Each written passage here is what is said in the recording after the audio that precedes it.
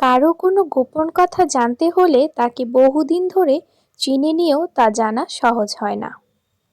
তবে সামুদ্রিক শাস্ত্র মতে বলা হচ্ছে, খুব সহজেই একাধিক ব্যক্তির মনের গোপন কথা জানা সম্ভব।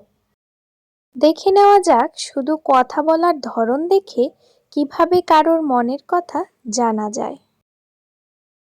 কোনো মানুষের সহজে চেনা দায়। উপর থেকে কাউকে ভালো লেগে গেলেও তার ভিতরে থাকা মনটি কেমন তা জানা ভীষণই মুশকিল। দেখে নেওয়া যাক ব্যক্তির কথা বলার ধরন দেখে কিভাবে চেনা যায় তাকে। নাম্বার 1, অনর্গল দ্রুত গতিতে কথা যারা বলেন। যদি কেউ না থেমে অনর্গল দ্রুত গতিতে কথা বলে যান, মুখে কোনো লাগাম না দিয়ে, তাহলে জেনে রাখুন এই ব্যক্তিত্বের মানুষরা খুবই আকর্ষণীয় হয়। এরা বেড়াতে যেতে ভালোবাসেন, কাউকে খুশি রাখতে পেরে ভালো থাকেন, ধন সঞ্চয় করার ক্ষেত্রে এরা পারদর্শী। নাম্বার 2, উৎসাহ নিয়ে কথা বলেন যারা। কেউ যদি প্রবল উৎসাহ নিয়ে কথা বলা পছন্দ করেন, তাহলে জেনে রাখবেন এরা মন থেকে খুবই উদার। এরা সারাক্ষণই হাসি আনন্দে থাকেন।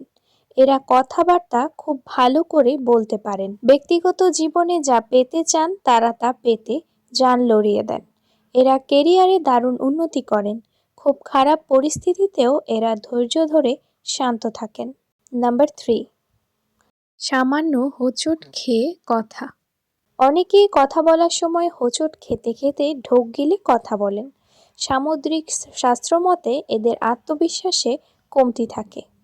এরা খুবই আধ্যাত্মিক প্রকৃতির হয়ে থাকে। যা মনে আসে তাই এরা বলে দেয় সকলের সামনে।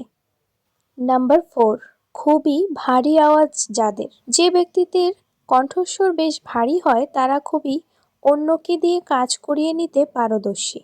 অন্যকে এরা সহজেই প্রভাবিত করে নিতে পারেন। এরা খুবই শিল্পপ্রেমী হন। শিল্পের বিষয়ে এদের দারুণ ভালো জ্ঞান থাকে।